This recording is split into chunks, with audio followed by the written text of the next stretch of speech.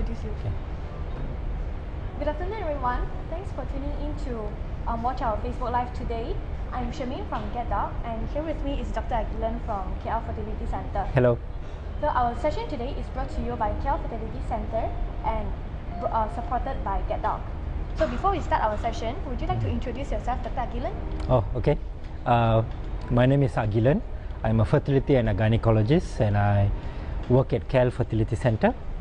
Now, my interest is of course making couples pregnant, and I have a special interest in male infertility. That's our topic today, right? Yeah. We're going to dive into male infertility. Yeah. So if you haven't dropped your questions prior to these, you can just drop your questions or leave us a message for whatever questions that you may have about male infertility, so that we can cover it during our session today. So we do have one question from our audience. So how do people know that they have male infertility?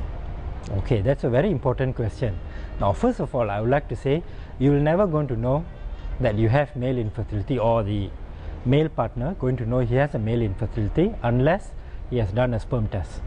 Yeah. So the first thing is always when the wife or partner coming in for a fertility test, the man has to do sperm test first. That's because that's the easiest test to do, and you'll get a lot of information from there. There is no symptoms or something that you can, it's not like cough, flu, you know, you have fever, then you know there's something going on. You have running nose, you know something is going on. In male infertility, nothing. The man can perfectly look normal, but he may still have male infertility, right? So which also means that, for example, when couples they get married already, for example, if they can't, if the wife can't get pregnant for maybe half a year, is that the right timing for them to do fertility test? Okay. Now, when you talk about timing to do a fertility test, right?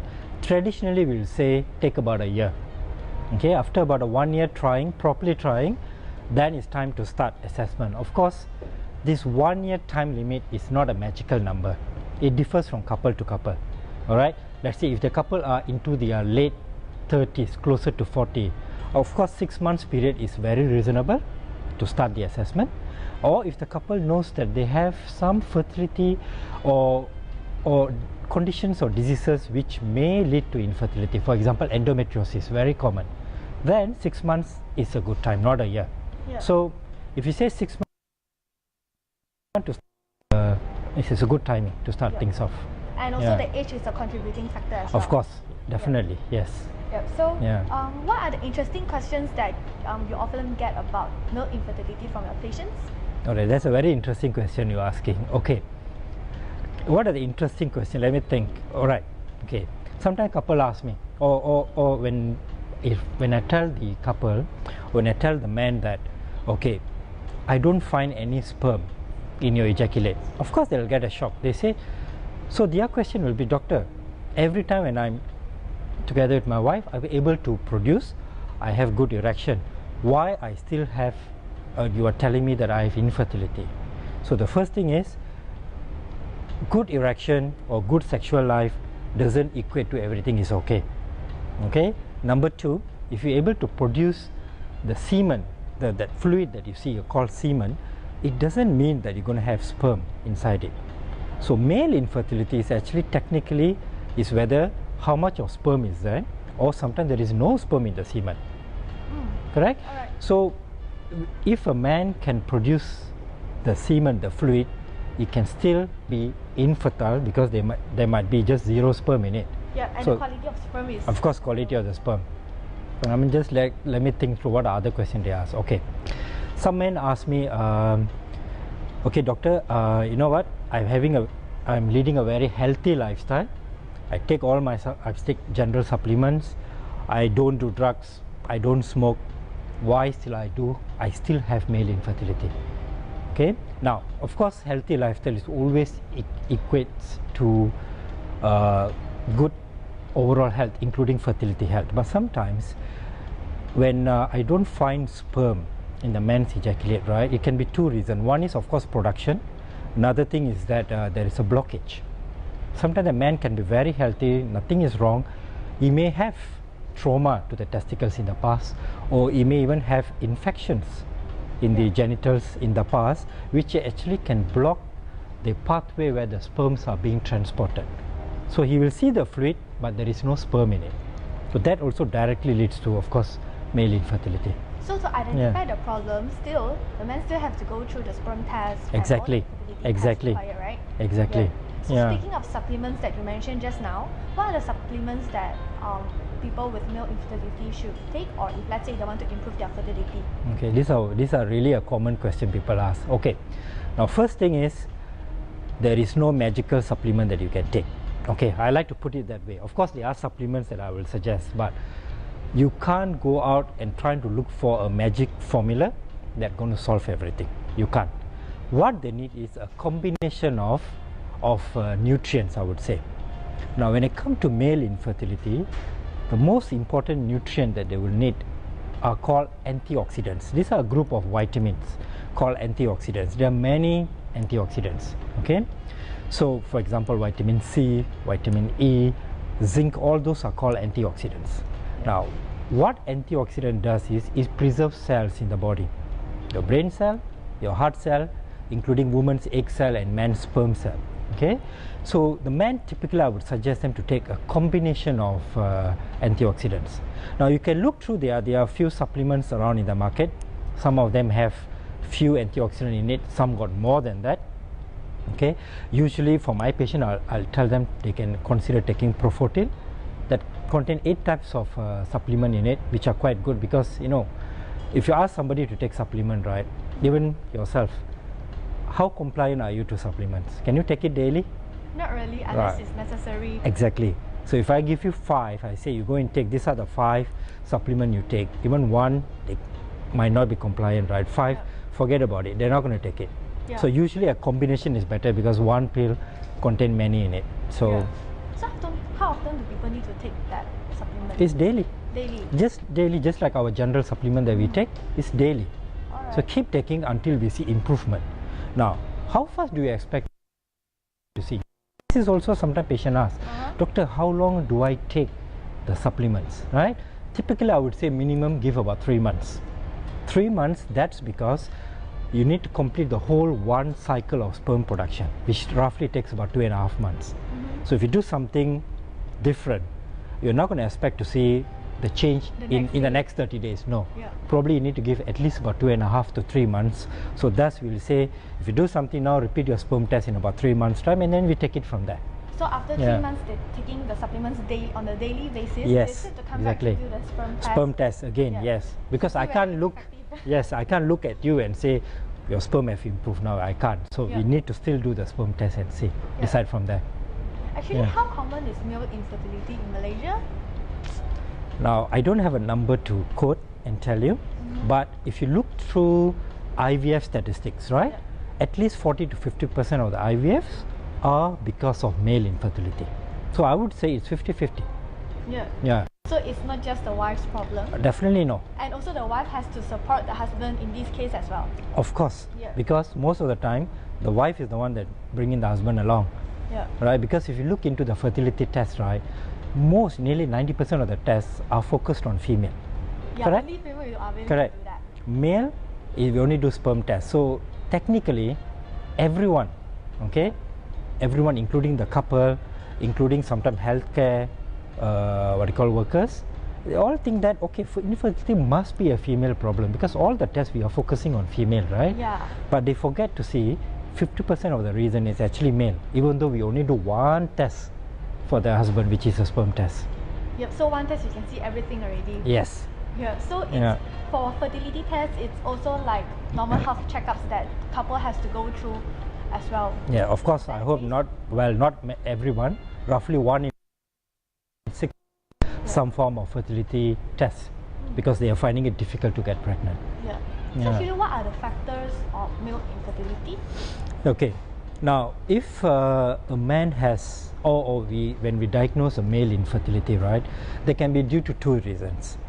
First of all is production. That means his factory is not producing sperm, or is not producing enough sperm. That's the first reason. Second reason will be blockage. The factory is producing enough sperm, but the sperm is not being ejaculated. Okay, the more common problem actually is the production than the blockage. Yeah. Okay, that's the more common reason we see. Now, when you say production, now what are the issues with the production? A very small group, it can be genetically linked. So they carry something in their male gene which actually causes them not to produce sperm. Okay, more commonly there are other production reasons where we can't actually pinpoint the problem. Okay, among those that we know is everything is lifestyle related. Okay, something I'm going to tell probably most of the men don't like now. Okay, first of all, smoking. Okay, smoking for years and years has been shown to reduce sperm count and more so the quality. Now, sometimes smokers will come, do the sperm test, they've got 100 million sperm in it. They say, doctor, look, my sperm is okay. I've been smoking for 10 years, so it's not an issue with me. Now, I'll say, hold on.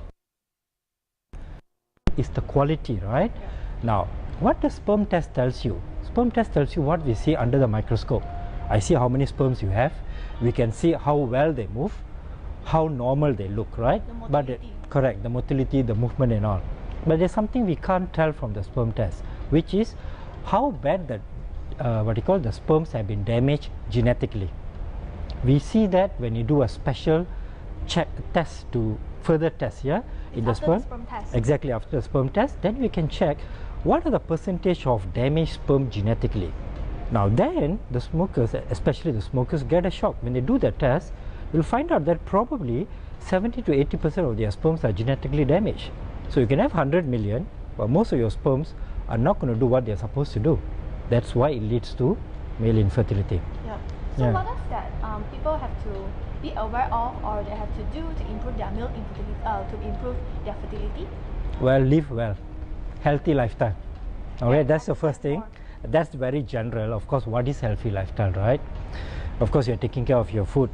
Okay, again, you want to find the magical diet, go ahead, you can try look for it. I'm sure there are a lot of websites there which promote natural food and things like that. I'm not telling they are wrong, probably they are good in it, but I'm not the best person to tell you about the diet. But if you can follow that type of diet, go ahead. But what I typically tell the patients are, you take things which are high in antioxidants, like anything that looks red, tomato, strawberry, cherry, that's the easiest. Yeah. Okay, of course on top of your supplements you are taking. So you take care of your food. If you're a non-smoker, don't start. I know infertility is very stressful, and stress is always known to make you to do things that you don't want to do. Right? Don't start smoking. If you're taking alcohol, not too much. I would like to say that you cut off completely, but heavy alcohol intake has been shown to reduce sperm production and also quality. Next thing is you take care of your weight.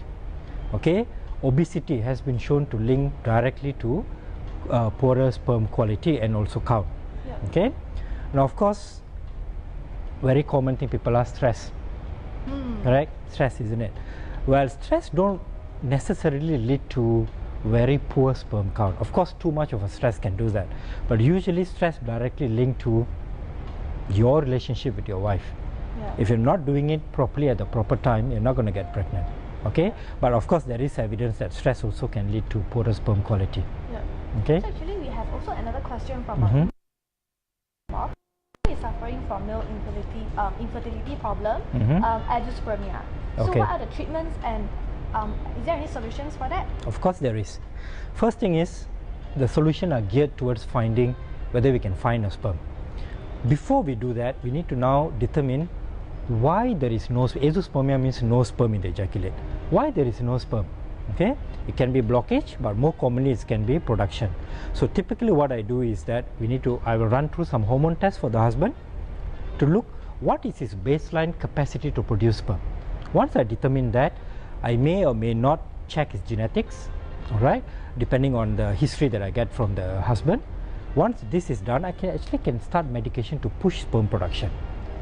And surprising, actually sometimes when from zero, even if I can make, let's say 100,000 sperm, it makes a big difference for that couple, because now a door has been opened to them. They can actually get pregnant with an IVF. As long as there is a sperm, they can get pregnant with an IVF. So this is the part. We do some assessment to find out why. Then typically hormone treatment, if it's suitable, can be started to push sperm production, and then we move on from there. So also another question for the wife as well. So in regards to all these male infertility issues, what can a wife do actually? Okay, wife have to be a bit more patient, number one, all right? The thing is, it's always very difficult, isn't it, to know how the wife going to support the husband. Now, if it's a, let's say, female issue, it's a bit more known that you can say, okay, you support the wife, husband known, they've all been drilled this through years and years, right? Yeah. But when it comes to male, they keep quiet about it, right? Yeah. Okay, first of all, they get a shock in the doctor's room when you say that, of course, your sperm are poor, because they never thought that's going to be the issue.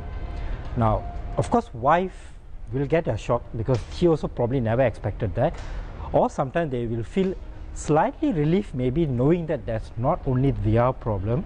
Now, what needs to be done is that wife have to start talking to the husband and say, look, if this is the issue, at least good that we have found that this is the issue, we can now take the next step. She needs to support him to come to the clinic, because it's not going to be easy for a man to just say, okay, now I have a sperm issue, now I need to keep coming to the clinic probably every 3 months to check what's going on. It won't be as easy as wife coming to the clinic. So the wife actually have to support the husband in saying that, look, we have to be in this, we are in this together. Okay, now we need to now move on and find a solution. Because there are many husbands who will come in, and of course sometimes they come alone. Most of the time when they know the issue, of course they come alone, because probably they feel more comfortable coming in alone. And sometimes when they come with the wife, I can also sense that sometimes they are a bit uncomfortable to talk through things, because you know, it also affects the ego, right? Yeah. I'm not telling this for every man. Some men are very, very good. They say, oh doctor, no, I know this is the issue. Now at least I'm happy it's not my wife's issue. Now I will move on. But that's minority. Majority are not in that. Yeah. So wife, you really need to, in this situation, really encourage your husband to find solution, because the solution is for both of you. Yeah. Yeah. So thanks Dr. Agilan for the informative session. So the husbands and wife, you know what you need to do now. If let's say you have if you know that you are facing male infertility issues. So if you have any other questions, so drop us a message so that Dr. Agilan can reply you from there. Thank you.